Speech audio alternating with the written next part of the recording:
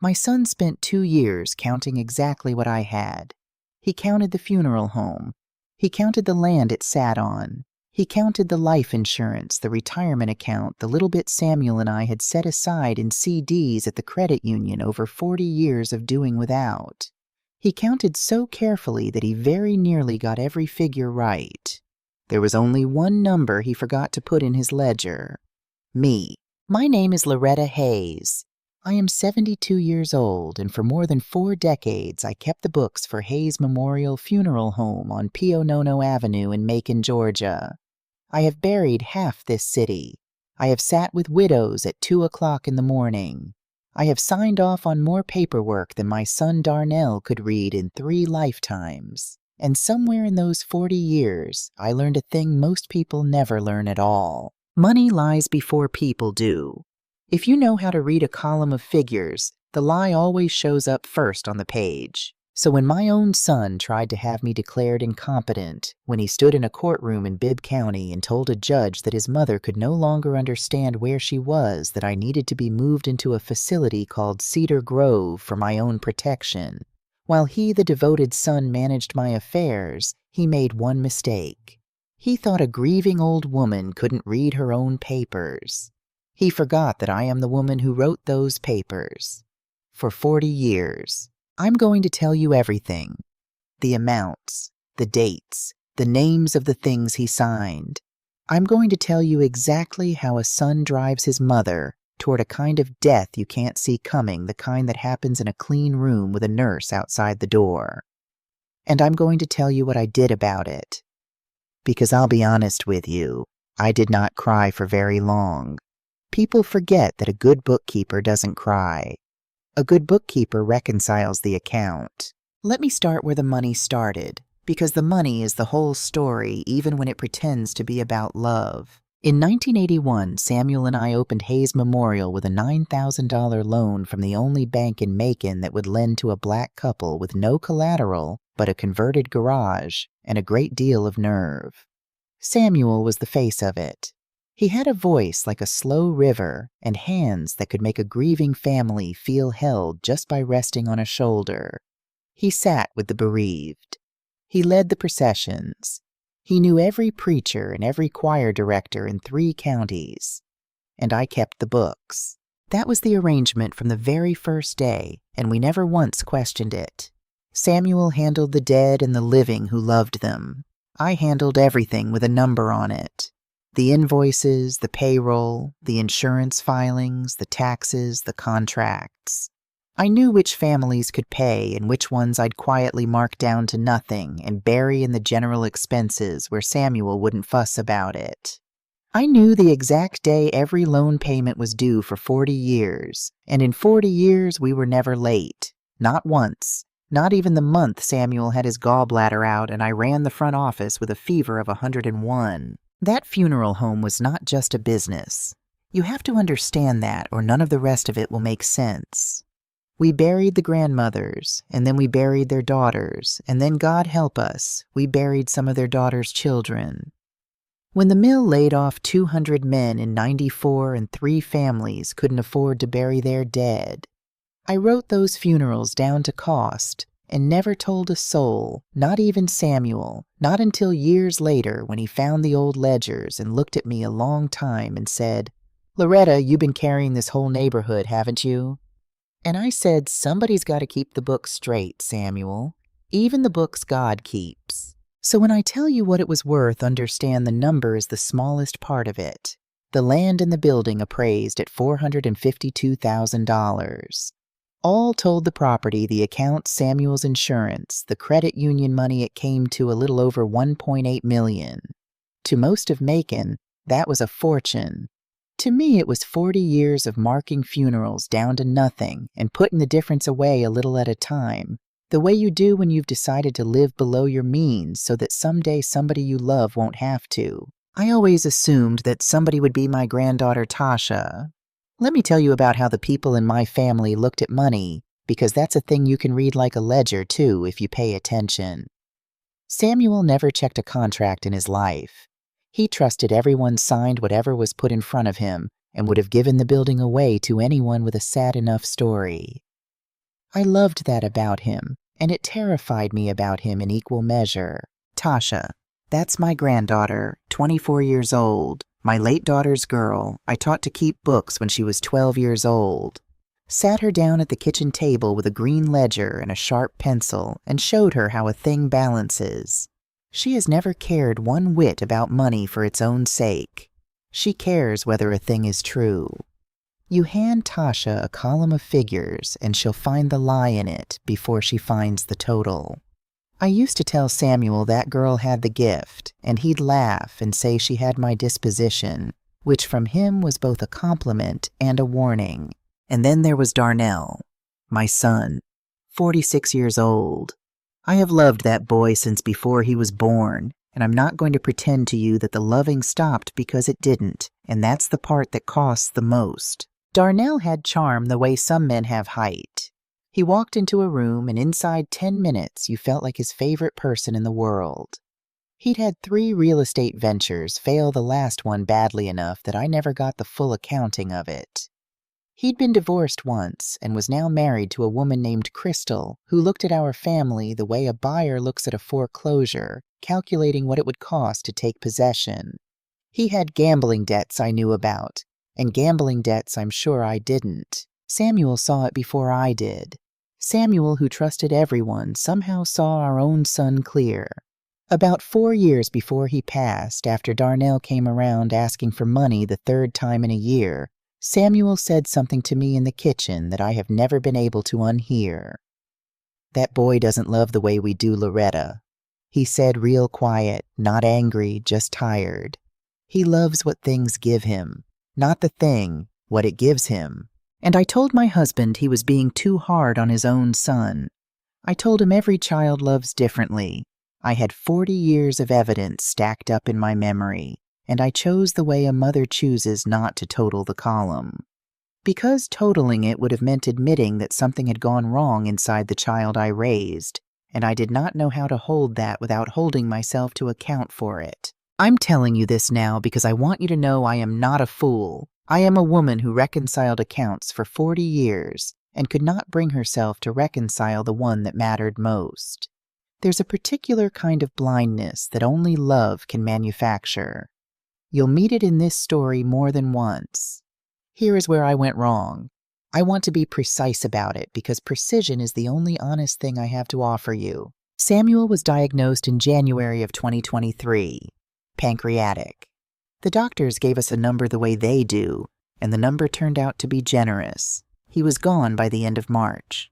14 weeks from the word pancreatic to the morning, I woke up in our bed alone and could not for the life of me make myself get up and look at the day. And for the first time in 40 years, I stopped keeping the books. I don't mean I made a mistake. I mean I stopped. I let the mail pile up on the dining room table. I let the bank statements sit in their envelopes.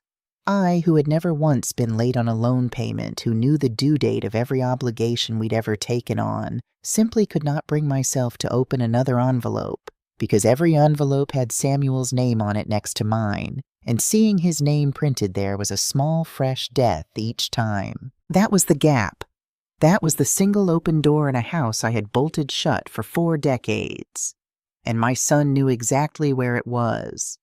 Now I'm going to give you the part I want you to remember, because this is the part that matters when somebody you love does this to you. I'm going to give you the specifics, the dates, the dollars, the names of the legal instruments, because vague stories let the people who do this hide, and I am done letting anybody hide.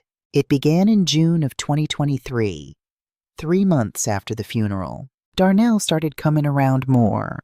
I want to be fair, he showed up, and showing up is more than some sons do. He brought groceries I didn't ask for.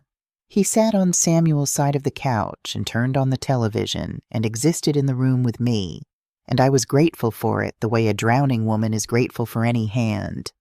What I did not understand, what I understand now with a clarity that aches in my bones, is that he was not visiting. He was taking inventory. In June, he sat me down at my own kitchen table and told me gently, so gently that he was worried about me. I'd had a flutter in my heart the previous fall. An arrhythmia controlled with medication, nothing serious but frightening enough that my cardiologist had given me the talk about stress. Darnell knew about it. He used it. "Mama," he said, "what if something happened to you, and there was nobody who could step in and handle things? You're grieving. You shouldn't have to be managing all this paperwork on top of losing Daddy. Let me just be listed so that if something happens, I can move quick." He took me to a lawyer named Russell Pratt, whose office sat in a strip plaza out past the interstate, clean and neutral and forgettable. I sat there foggy from grief and from the new dosage of my heart medication, which left my mornings soft and slow. Darnell sat right beside me, looking like a son taking care of his mother, and I signed a durable power of attorney giving him authority over my financial affairs. I did not read it carefully. May God forgive me. Loretta Hayes, who read every contract that crossed her desk for 40 years, did not read it carefully.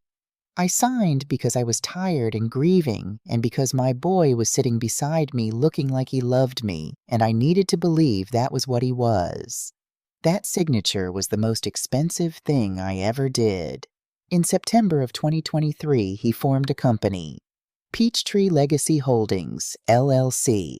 I knew nothing about it. In November of 2023, the funeral home, The Land, the building 42 years of Samuel's in my life, appraised at $452,000, was transferred by a quitclaim deed to Peachtree Legacy Holdings for a recorded sale price of $60,000. The buyer, the LLC, was owned by Darnell through two intermediate entities. He sold it to himself at a fraction of its worth using the very authority I had handed him to protect me, $60,000.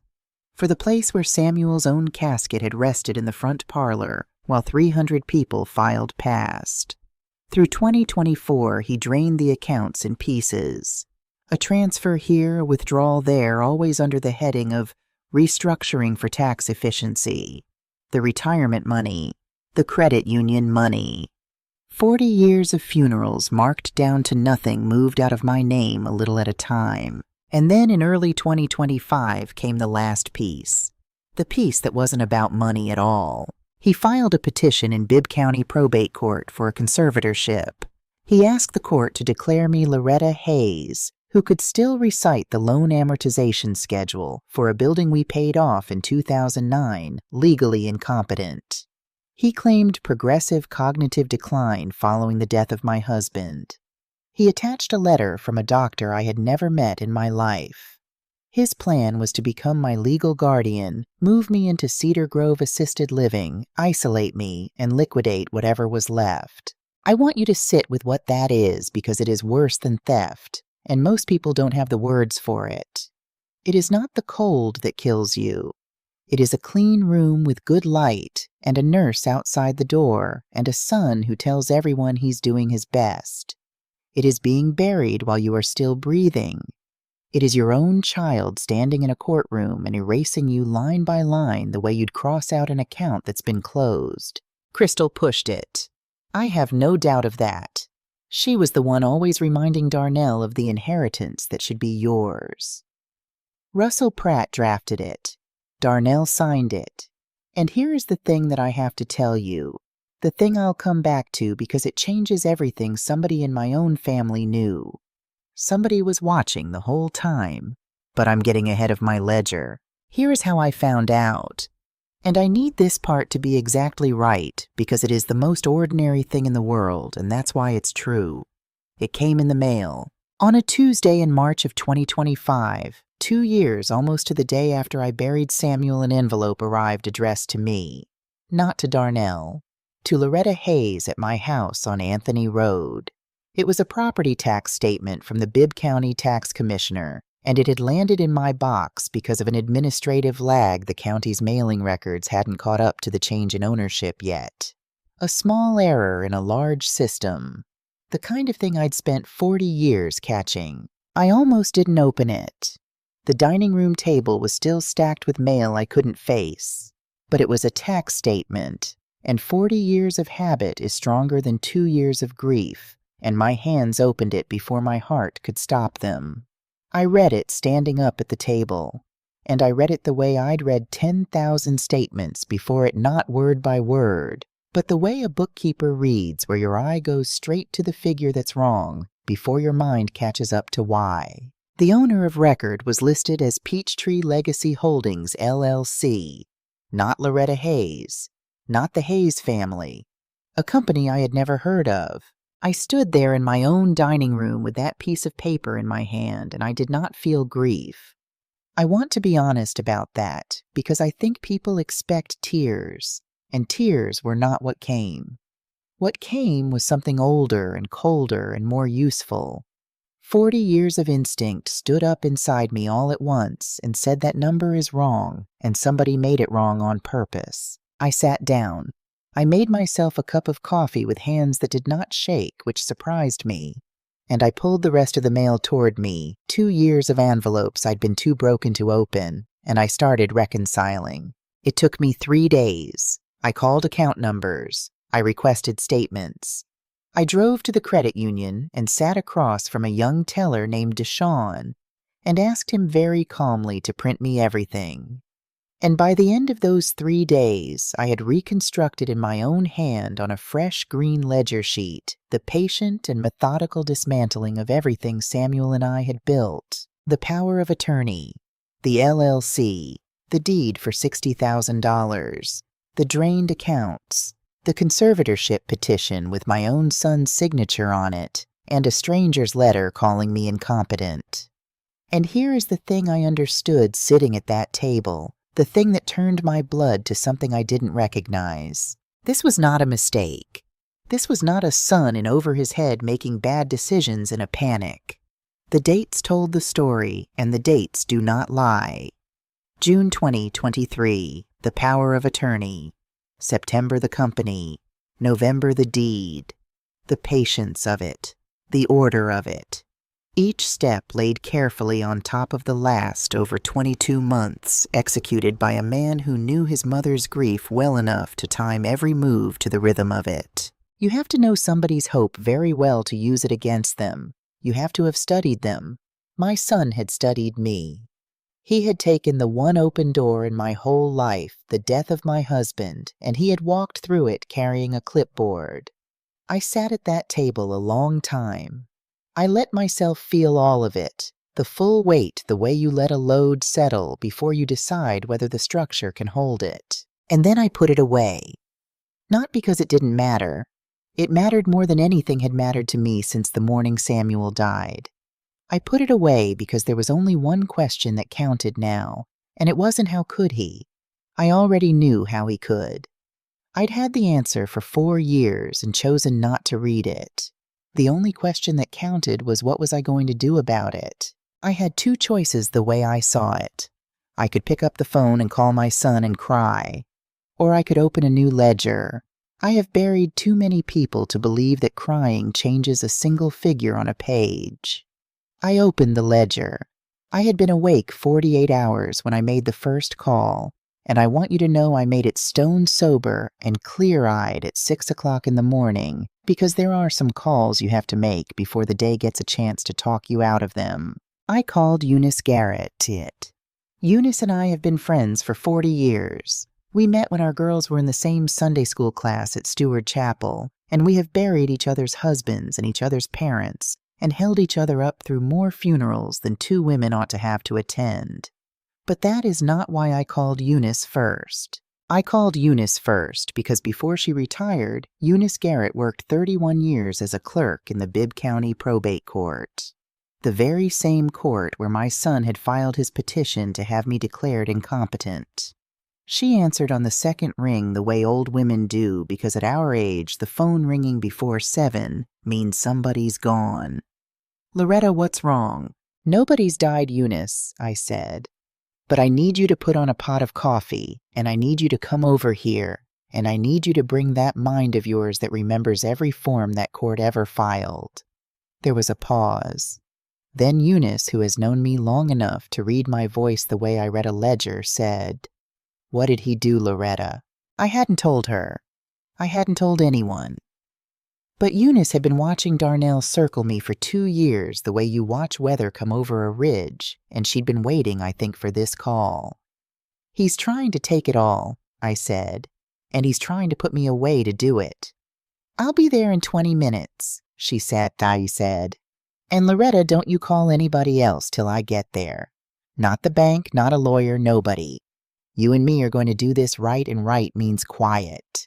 That was the first thing I learned about doing this the correct way, and I'm going to pass it to you because somebody reading this is going to need it someday. When a person you love is taking everything you have, your first instinct is to confront them. To call and cry and let them know that you know. Do not do that. The moment you let them know you see it, they speed up. They hide what they can still hide. They lawyer up. The only weapon a quiet old woman has is the quiet itself. So I kept it. God knows it was the hardest thing I have ever done, harder than burying Samuel in its own particular way, because grief at least lets you weep, and this required me to smile. Eunice came and she brought more than coffee. She sat at my dining room table, Samuel's chair, though neither of us said so, put on her reading glasses and went through my ledger sheet line by line. The dates, the dollars, the names of the legal instruments. And when she finished, she took the glasses off, rubbed the bridge of her nose, and said, "Loretta, this isn't just bad. This is filed. He's already in front of a judge. We don't have months. We have weeks." "Then we'd best stop drinking coffee and start working," I said. Here is the second thing I learned, and it's the part I am proudest of, so let me say it plain. I did not save myself alone. I have heard people tell stories like mine where the woman does it all by herself, outsmarts everyone single-handed, and I'm here to tell you that is not how it happened, and it is not how it ever happens. What saved me was 40 years of marking funerals down to nothing. Because Eunice started making calls, and the people Eunice called did not come because they had to. They came because every single one of them had buried somebody at Hayes Memorial. Buried them with dignity on a budget they could afford by a woman who never once let them feel the shame of not having enough. You spend 40 years quietly carrying a neighborhood, and you may not know it, but the neighborhood is keeping its own ledger. And the day comes that you need it, the account is paid in full with interest. By the end of that first week, 3 people were sitting at my table. The first was Vivian Brooks, an elder law attorney whose own grandmother Samuel and I had buried in 1998. She was a sharp, compact woman in her 50s who pushed her glasses up her nose every few seconds and did not waste a single word. She read my ledger and the court filing, and the first thing she said became the spine of everything we did afterward. "Loretta, your whole case is sitting inside your son's biggest mistake. This entire scheme, the deed, the accounts, all of it only works if the conservatorship goes through. And the conservatorship only works if you are incompetent." She tapped the petition. "You are not incompetent. Any examiner is going to see that in 5 minutes. He built the whole thing on the assumption that you would not fight back. That assumption is a crack running right down the foundation, and we are going to drive a wedge into it." And then she gave me the first turn I didn't see coming. "There's something that's going to help us," Vivian said. "The judge assigned to this petition is Judge Harriman, and I happen to know exactly how that man feels about sloppy guardianship filings, because Eunice clerked his courtroom for 9 years. She looked across the table. "Didn't you?" Eunice smiled for the first time all week. "I typed up every order that man signed for the better part of a decade. I know what makes him angry, and I know what a fraudulent petition looks like when it crosses his desk, because I watched him throw 3 of them straight out. I sat there and understood slowly that my friend of 40 years was not just a comfort at my table. She was a woman who had spent 31 years learning the exact machinery my son had tried to feed me into. Darnell thought he was filing papers into a faceless system. He did not know that the system had a face, and the face was sitting in my dining room drinking coffee out of my good china, and it had loved me since 1985. The second person at my table was Leon Carver, a forensic accountant younger than I expected, quiet, the kind of man who wrote things in a little notebook by hand, instead of typing, which I trusted immediately because it is how I have always worked. Leon's job was to follow the money through Peachtree Legacy Holdings. It took him 2 weeks, and when he laid it out for me, he did it gently, the way you tell somebody news they already half know. 3 separate mechanisms, he said. The quitclaim deed on the property below market value to an entity your son controls. That's the cleanest to prove because real estate leaves a paper trail that doesn't disappear. Then the retirement and credit union withdrawals. Those'll take longer to reconstruct fully. And the transfers out of the LLC to an account in another state. He looked up from his notebook. And the attorney who drafted both the deed and the LLC filings is named Russell Pratt. That name landed differently than the rest, and I saw it land. I watched Leon and Vivian look at each other when he said it. Just a glance. But I have spent 40 years reading what passes between people, and I knew that look. It was not surprise. It was recognition. "You know that name?" I said. It wasn't a question. Vivian took her glasses off. "Loretta," she said carefully, "your son is not the first person to walk through Russell Pratt's office, and your case is not the first one to come out of it. There are at least 3 other families I know of in Macon, all of them black, all of them with an elderly parent, some assets and a child who'd run through their own money. Same structure every time. Power of attorney, an LLC, a property transferred below value, and a petition to declare the parent incompetent. 3 other families," I said. "That I know of." She paused, deciding whether to tell me the rest, then deciding I had earned it. "One of them was a woman named Denise Whitmore. Her mother was named Ruth. Same scheme, almost line for line." Vivian held my eyes. "Except Ruth Whitmore died before anybody figured out what had been done to her. The family didn't find out until they went to settle the estate and discovered there was nothing left to settle." The room got very quiet. I understood sitting there that what my son had planned for me was not a thing he invented. It was a thing he was taught. There was a man with a license and an office out past the interstate who had turned this into a procedure, and the procedure had a body count, and the body count was an old woman named Ruth Whitmore, who died in a clean room thinking nobody was coming. That was the moment my case stopped being only about me. I had been thinking about building my accounts, my dignity. And those things matter. Don't let anybody tell you it's wrong to fight for what's yours. But somewhere in that conversation, a different ledger opened in my mind. A wider one. Because if I fought this and won, I wouldn't just be saving Loretta Hayes. I would be the first of Russell Pratt's old women to walk into that courtroom alive and clear-headed and able to testify. I would be the line in his column that finally would not balance. Ruth Whitmore could not speak, but I could, and 40 years of keeping straight books for people who could not do it themselves had taught me exactly what that kind of obligation feels like. "What do you need from me?" I asked Leon. "Everything you can find," he said. "Every statement, every record, every piece of paper with a date on it. The dates are how we hang him." And that is when I remembered the dates. The third person at my table I'll come to in its proper place, because some things have to be told in the right order, or they don't mean what they ought to. But first, the dates. Leon was right. The dates were everything, and I am a woman who has never in her life forgotten a date with a dollar attached to it. I went back to the quitclaim deed, the one that sold Samuel's and my life's work for $60,000.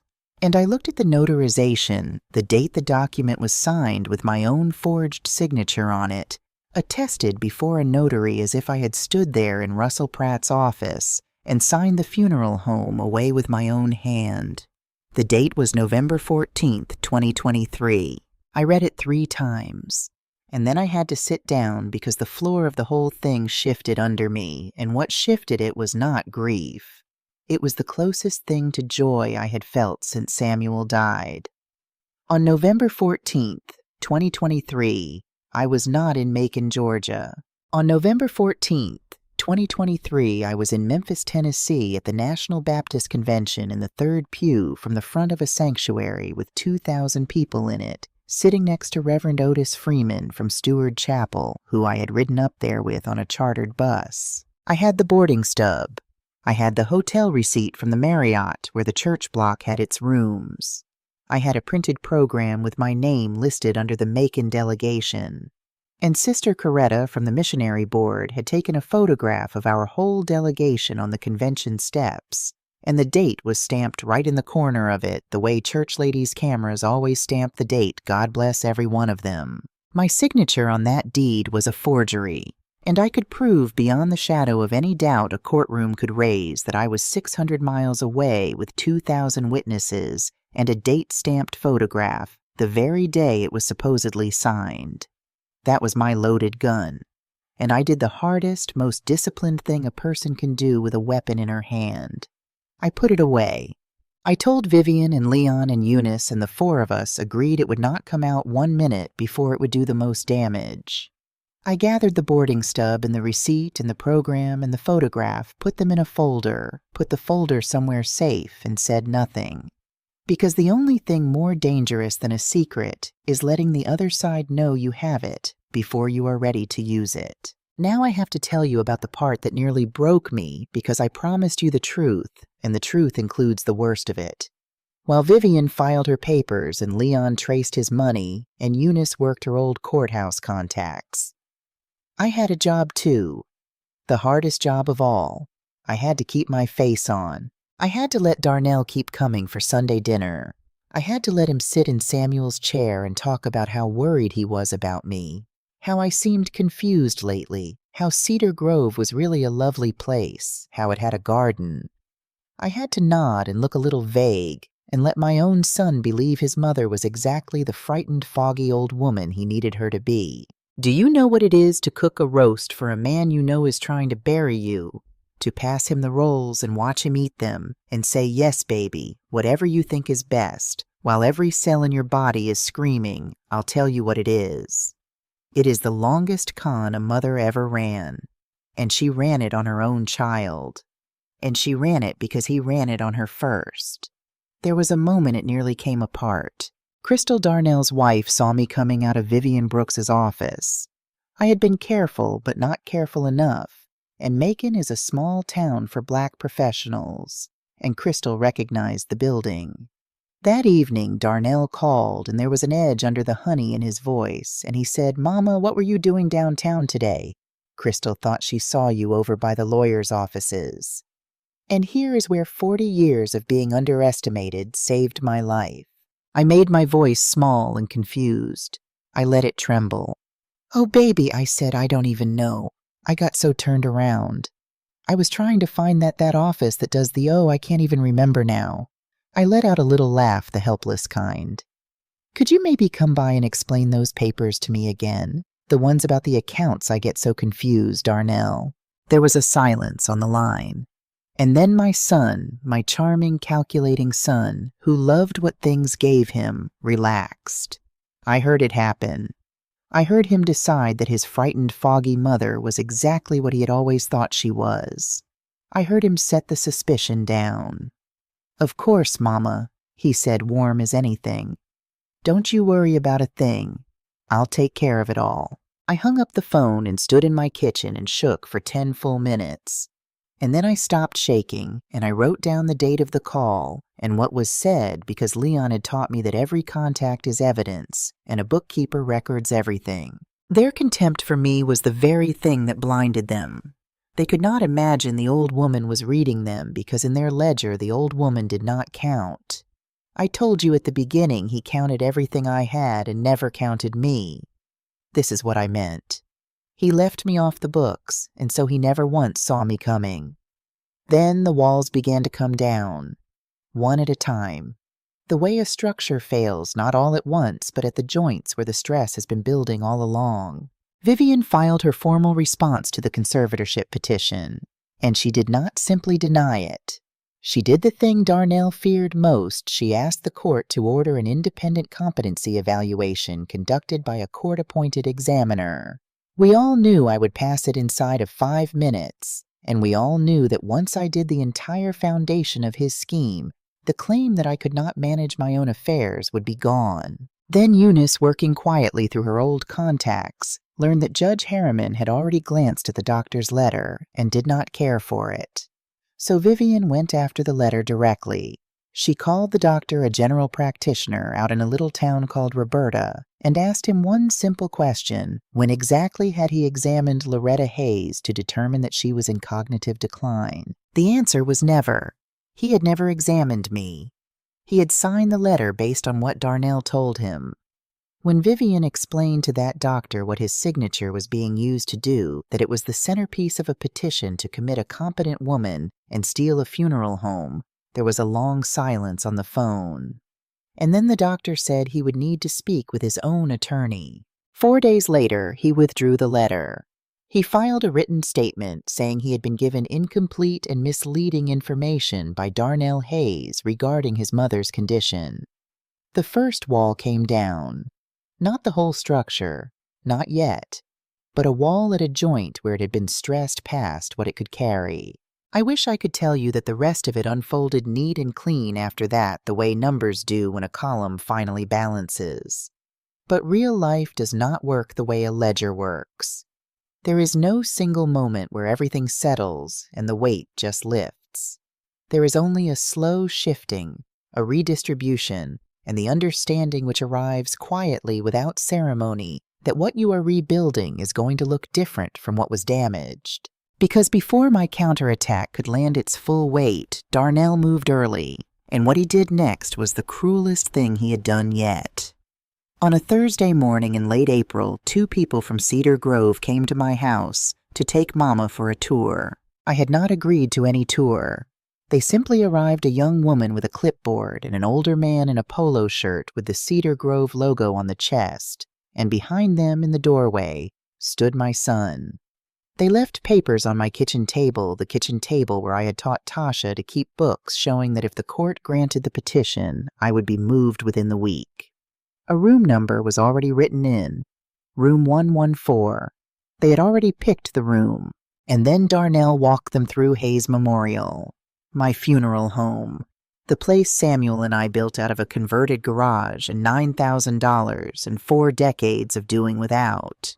He walked them into the front parlor, the room where Samuel's own casket had rested while 300 people filed past, and he said in that soft, false, tender voice I had come to know better than I knew my own heartbeat, "My mother doesn't really recognize this place anymore." I stood in the doorway and I listened to my son tell a stranger that I had forgotten the room where I buried my husband. That was the worst of it. I want you to understand that, because I think people expect the worst part to be the money, and it was not the money. The worst part was the erasing. It is one thing to be robbed. It is another thing entirely to be eulogized while you are still standing in the room breathing, watching your own child describe your absence to a woman with a clipboard. It is being buried alive in a clean room with good light. That is what a conservatorship is when it is used the way my son used it. It is a death you cannot point to. There is no body.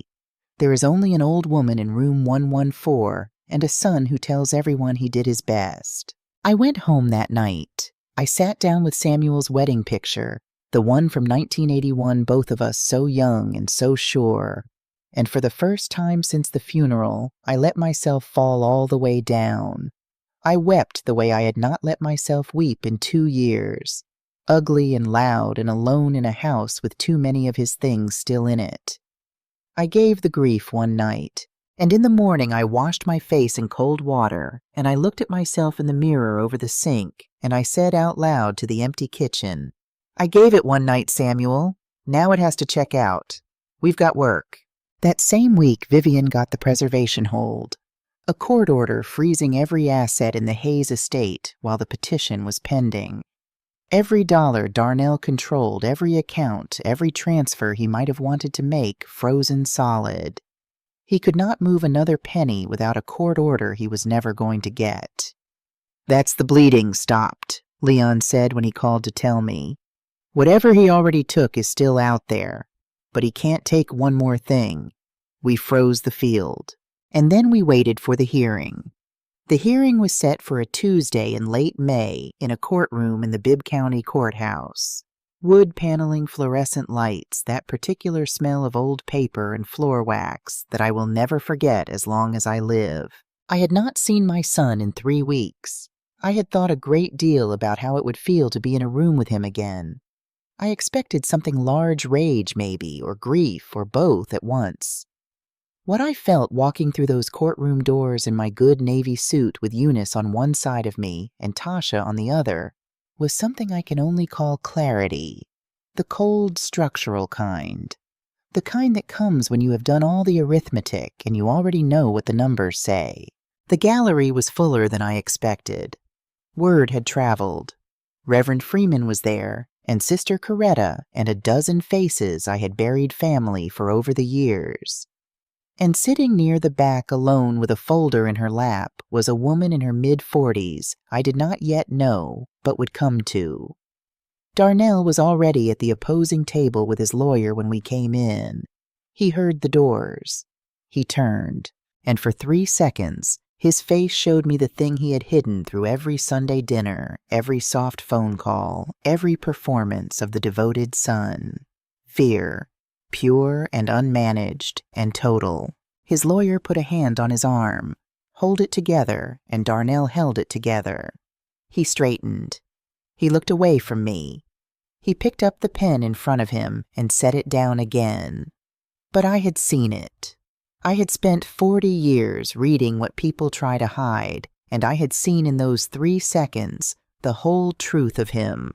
He had built his entire scheme on a confused, grieving old woman who would never fight back. The confused old woman had just walked into the courtroom in a navy suit, clear-eyed with a folder of her own. His lawyer presented the petition with smooth, careful language. The grief, the heart condition, the cognitive decline. And then he had to do the thing that started his client's collapse he had to acknowledge when the judge asked that the supporting physician's letter had been withdrawn. Judge Harriman looked at him over his glasses. Eunice beside me went very still because she knew that look. She had typed up the orders that followed that look for 9 years. Then it was Vivian's turn, and she took the structure apart at the joints one at a time. She entered the result of the independent competency evaluation, Loretta Hayes, fully competent, no impairment of any kind. She called Leon, who laid out the 3 fraud mechanisms in the flat, patient voice of a man reciting mathematics. And then she set down the quitclaim deed, the one that sold our life's work, for $60,000, and beside it, one by one, she laid my folder open. The boarding stub, the hotel receipt from Memphis, the convention program with my name printed under the Macon delegation, and Sister Coretta's photograph of our whole delegation on the convention steps the date stamped in the corner, November 14th, 2023. The very day the deed swore, I had stood in Russell Pratt's office and signed. Your Honor, Vivian said, on the date this deed was notarized in Macon, Georgia, my client was 600 miles away in Memphis, Tennessee, in front of 2,000 witnesses. The signature on this instrument is a forgery. We can prove it past any doubt this court cares to entertain. The courtroom was not silent in the way of the movies. People shifted. Papers moved. Somebody in the gallery drew a sharp breath. But there was a quality to the air after that photograph went down, a stillness I knew from 40 years around the dead. The stillness right before a weight finally settles where it belongs. Darnell's lawyer tried one last thing. He argued that the property transfer, whatever its irregularities, had been completed and was therefore legally settled. And Vivian set down one more document. Your Honor, the property he's describing was never his father's to take, and it was never my client's to lose. Because the funeral home land does not belong to Loretta Hayes. It belongs to this. The Samuel and Loretta Hayes Family Trust. Established in 2019, back when Samuel was still well back at that Atlanta lawyer's office, I had mentioned to you once and never explained. An irrevocable trust created years before any power of attorney ever existed. And into it Samuel and I had quietly placed the original deed to the funeral home land and a $400,000 account. The sole beneficiary was Tasha. Darnell had never known it was there. He could not have known. He spent 2 years and his whole soul stealing the things he could see, the accounts, the building's title on paper, the parts that showed. And the most precious thing of all sat the entire time outside his reach, locked away by his mother's own bookkeeping hands, years before he started counting. What he tore his family apart to take was less than what I had quietly protected all along. I watched it land on him. I watched him understand that the worst thing he had done, the betrayal, the cabin of it, the room 114 of it, had been for a prize that was never in the vault. And then the judge asked the question I had been waiting for. He asked how it was that my attorneys had anticipated nearly every move my son made. How the evidence had been assembled so completely, so far ahead. The answer rose from the back of the gallery, from the woman I had not named yet, except she was not a stranger at all. She stood up, and she had her folder in her hand, and she had my late daughter's eyes and the disposition Samuel always said she got from me. Tasha, my granddaughter, the girl Darnell had used for 2 years as a harmless errand runner. Go drop this off for me, baby. Go sit with your grandmother. She likes you. The girl Crystal had called more than once the loyal little fool. She had been mine from the very first day. He never thought I was paying attention. Tasha told the court, her voice steadier than mine would have been. He let me carry papers between his office and the house because he thought I was just a kid running errands. I photographed every one of them. Every time he bragged about how it was all coming together, I wrote it down with the date. She looked at her uncle, and she did not look away. My grandmother taught me to keep books when I was 12 years old. She taught me that numbers don't lie. A breath. He forgot I could read them too. Judge Harriman dismissed the conservatorship petition in its entirety. He found on the record that Loretta Hayes was fully competent to manage her own affairs and to participate in any proceeding on her own behalf. He voided the quitclaim deed and ordered the property returned to my name. He made the preservation hold permanent. And he referred the entire matter, the deed, the accounts, the forged signature, the withdrawn physician's letter, to the district attorney. It had taken 2 years for my son to build it. It took Judge Harriman 11 minutes to bring the first wall down. Before I left that courtroom, I stopped at my son's table. I did not shout. I want you to know that because I think people expect shouting, and shouting was not what the moment asked for. I had not come for a confrontation. I had come to close the account. I leaned down just for him so that he was the only one who could hear it. I have buried strangers with more tenderness than you tried to bury me. You counted everything I owned, Darnell. You just never once bothered to learn who I am. Then I straightened up, and Eunice took one arm and Tasha took the other, and we walked out into the May afternoon, and I did not look back. That was the last time I saw my son's face turned toward me. I'll tell you how it ended, and then I'll tell you what it meant, because they are not the same thing. Darnell pleaded guilty. Felony elder financial exploitation, fraudulent transfer of property, and forgery. He's serving his time now in a facility in Middle Georgia, and he will be there a good while. He has not written to me. I have not written to him. Whatever thread is left between a mother and the son who tried to put her in room 114, I don't yet know what to do with it, and I've stopped forcing the answer. Some things you rebuild. Some things you look at honestly and decide the foundation is gone, and you don't build on a foundation that's gone. You clear the ground, and you start somewhere else. Russell Pratt was disbarred and charged, and I gave Denise Whitmore every page Leon Carver ever put together free of charge, so that Ruth Whitmore's name would mean something in a courtroom too, so that the woman who died in a clean room thinking nobody was coming would at last have somebody come. Crystal left within the month. The land came home. The building came home. The accounts came home. And the trust stood the whole time untouched exactly where Samuel and I had put it, waiting for Tasha. I did not retire to a rocking chair. At 72, with my life handed back to me, I started the Hayes Memorial Dignity Fund to bury Black families in Macon who cannot afford to bury their own the way I quietly did for 40 years, and to put a lawyer between old folks and the men who do what was done to me. Eunice sits on the board. So do Vivian and Leon. And Tasha keeps the books in a green ledger in a hand I taught her. People ask me what I learned sitting where I'm sitting now with my name back on my own front door. I'll tell you the way Samuel would have wanted me to. Plain. I learned that grief makes a door, and not everyone who walks through it is coming to help you. Watch who shows up when you are too broken to count. Some of them are not bringing groceries. Some of them are taking inventory. I learned that being underestimated is not always a wound. Sometimes it is a hiding place. They left me off their ledger, and that is the exact reason they never saw me coming. If the world has decided that an old woman doesn't matter, child, let it keep thinking so. And keep your good records anyway. I learned you cannot save yourself alone, and you were never meant to. Everyone who sat at my table came because 40 years ago I marked some funeral down to nothing and never said a word about it. You don't carry people for the reward, but the neighborhood keeps its own books, and one day when you need it most, the account comes back to you paid in full.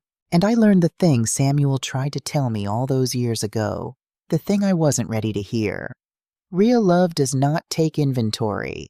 It does not weigh what you're worth against what it costs to keep you. Real love stays. It stayed in Tasha, who chose me when nobody made her. It stayed in Eunice and in a whole town that remembered. It stayed in Samuel for 42 years, and it stays in me still. I spent my whole life keeping books, and I got every number right, but one. I have it right now. The account is balanced, and I am still here.